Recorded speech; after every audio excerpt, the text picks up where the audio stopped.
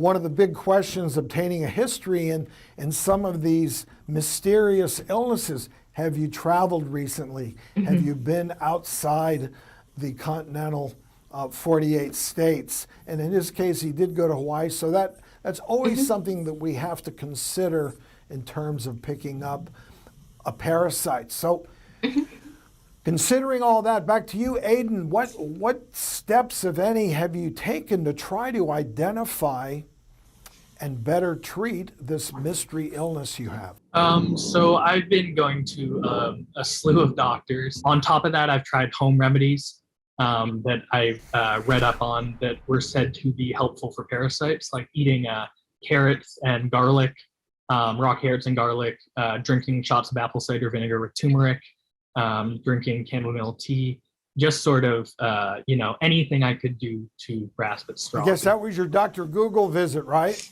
Yeah, exactly. That too. Well, there's a lot of information there, and I'm not going to say it's all bad. There is some good, some bad, but the tricky part is how you filter through that and decide what's real, what's not real.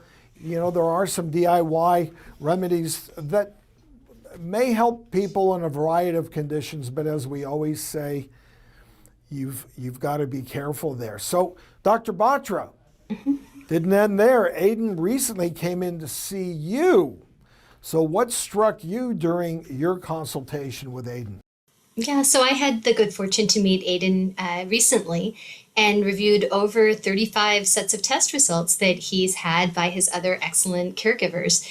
And what struck me was we were all looking for a parasitic infection. At least the test results that are available so far, and there are definitely still a few pending, didn't really support that. He didn't have any markers of inflammation in his blood, like an ESR or CRP elevated. His eosinophil level, which is something we sometimes see with parasitic infections being off, was thankfully normal.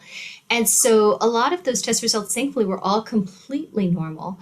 The only thing that was a little bit off was that Aidan does have some allergic tendencies. I know you also have asthma, you've had eczema in the past. So there was one blood test called IgE that was elevated. But thankfully, otherwise, in this very comprehensive tests that have been done to date, with a few things still pending, they were all completely harmless and didn't support a diagnosis of a parasitic infection. I did examine him physically as well, and he said it wasn't a particularly active day, so there weren't any lesions in the mouth. I couldn't really see any of the filaments he was mentioning or any nail changes. And looking at the skin, thankfully, I didn't see any characteristic changes of parasites or other infectious agents. Well, Aidan, whenever we're confronted with a mysterious disease like this, it involves doing a lot of testing and trying to find some sort of hint as to what could be causing this bizarre set of symptoms.